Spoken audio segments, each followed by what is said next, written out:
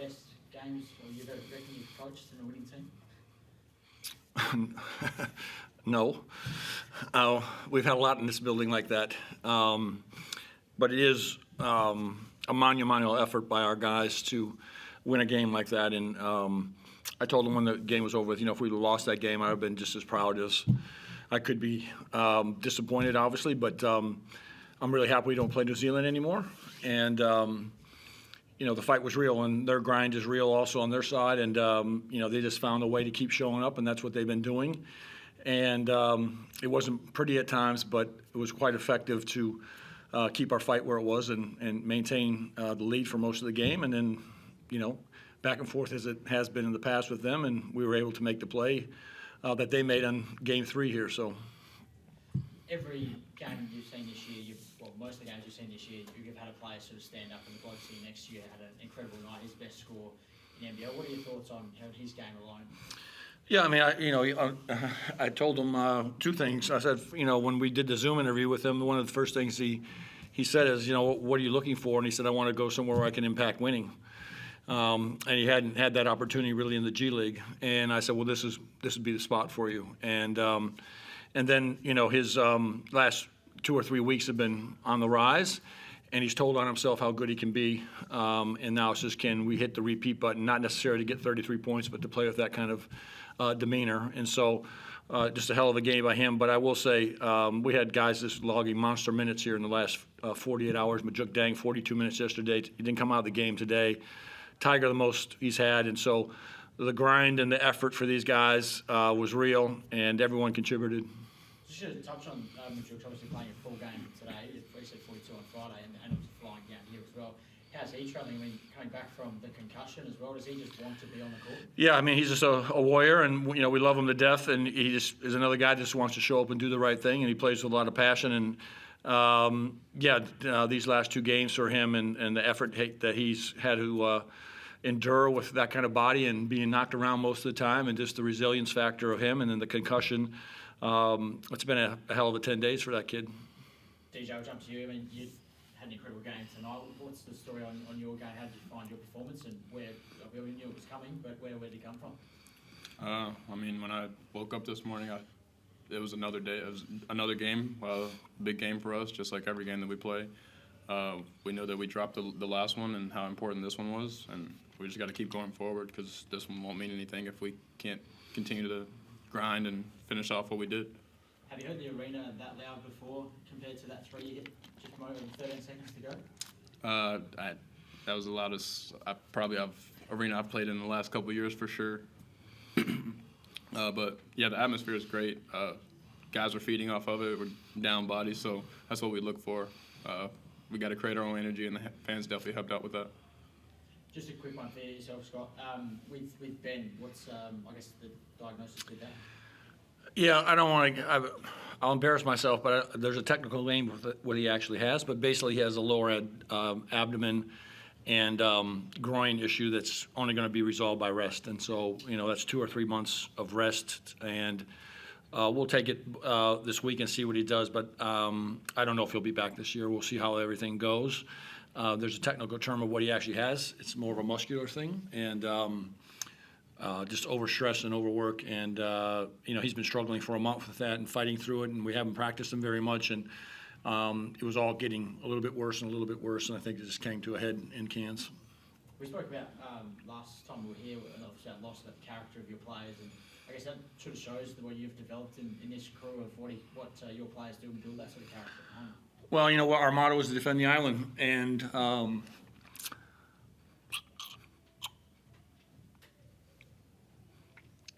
for me, I'm obviously quite passionate about Tasmania, and the statement by the players to continually show up is just a credit again to, I've said this before, about the guys that we get here. And the unselfishness and the warrior mentality and the grit and grind is real. And we're humble and hungry, and we want to defend this place and make Tasmanians proud. And so, like I said, if we would have lost that game, I would have been just as emotional with them of the fight that they continue to show up with. Have you, Chris?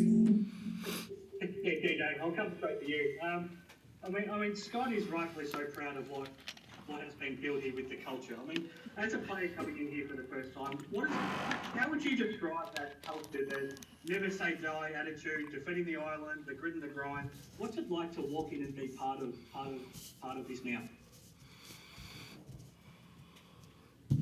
That's for me. Yeah. No. I mean, You're it's still thinking about threes. I mean, when you get here and we're going through the grind and the grit and all that in the preseason, it kind of just naturally makes everyone gravitate towards each other, and that's where the culture is. And you kind of just let that be itself as the season goes on, and we start to get closer and closer as times get tougher. And I think that's a testament to what coaches built here. Have you ever been part of anything like this in your career at any point with that culture? Can't say that I have. And Scott talks about you just wanting to come here to impact winning. You're certainly doing that. How good of a feeling is it to play so well in a game that's so important for the team? I mean, I expect it of myself every single game. So, I mean, tonight's just my shot just happened to fall a little bit more than it usually does. But, yeah, I mean, I wasn't not really surprised by it. I'm sure every shot feels good, but that seventh one to put you in front and end up winning the game, that's got to feel extra good, doesn't it? Yeah, I probably would have gotten yelled at if I didn't shoot it. So. Yeah, he's right about that. I mean, the fight is incredible, Scott. I mean, you've touched on it, but we talked on Friday night. You just play an overtime game. You end up having to fly 3,600 kilometres to get back home. You play. It's not a hell of a lot more than 36 hours later, and now you play a hell of a tough game like this. And the guys are fighting it out right to the death, and all of your starters play big minutes. I mean, I know we've talked about it before, but you must be nothing but proud of what these players are doing.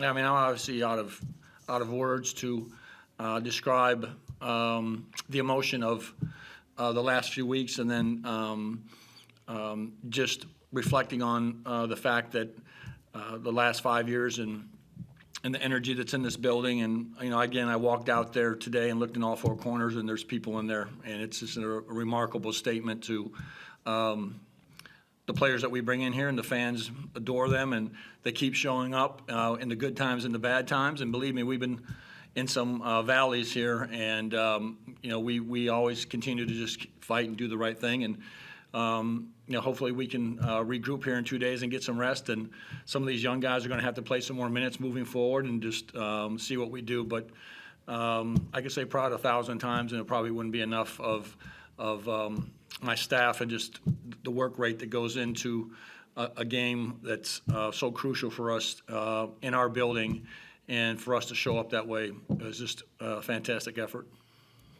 You obviously won a championship, you've made the grand final, but given everything you've been through this season, losing so many players to season-ending injuries, and you can make a case that, you know, Shorty, Mac, Will and Bryce are your three most important players. I mean, to make the final from here, this would be a hell of an achievement. I mean, Chris, let's pump our brakes. We got to get hopefully into sixth, but I know where you're going with that. But let's just take a breath and enjoy what we did today. And you know, you can throw Majik Dang in that group of guys with you know, 8 weeks or 10 weeks out with hamstring too. But it is what it is. All these teams. I mean, these guys, you know, lose two important players in import and Meninga, and their team dynamic changes where they're at. And as I said before, there's only two teams that have been really healthy all year, and they're at the top of the leaderboard. And to manufacture wins is something you have to do. And we're not in by any means, and we have work ahead of us. And it's just, can we get 2 days of some really good rest that they deserve, and then stack a few days we're not going to be able to practice much with only 10 guys, and try to figure out what's next for us. But I appreciate you going down that road, but let's pump our brakes, my friend. Yeah, no, still 3 games to go. Yep. Just on Ben, osteitis pubis, does that sound familiar? Does that sound like what he's battling? Yes. I'm glad you said it, because if I said it, I'd be a mime or something, or I'd be all over the internet mispronouncing it. But that is exactly what he has. I actually had that when I was in the NBA for a complete year. So it's a nasty thing that's usually just handled with medication. But he's got it at probably much severe degree than I had it way back in the day. But that's what it is. And just lastly, massive game coming up for the entire organisation as well on Friday night. Take out the result, but Friday night for the Teal game, this is the biggest occasion of every year for this club, isn't it? Yeah, for me, it's the biggest game of the year. When Scott Harris and Joe Harrison, they became family to me, and then, Joe passing away, it was quite emotional for me after losing two family members to cancer, my sister and my mom. And this has become a monumental game for me just personally, to make sure that we do everything we can to represent the Harris group, his two boys, the She Foundation, and Tasmanians, because this is not just about us here being here. It's across, obviously, the entire country, but here in Tasmania, we want to show up and support Scott and his great initiative to keep Joe's spirit alive moving forward. So it'll be a big night, bigger than basketball, but it's the most important game of the year for me. Absolutely. Thanks, Scott. Thanks, Chris.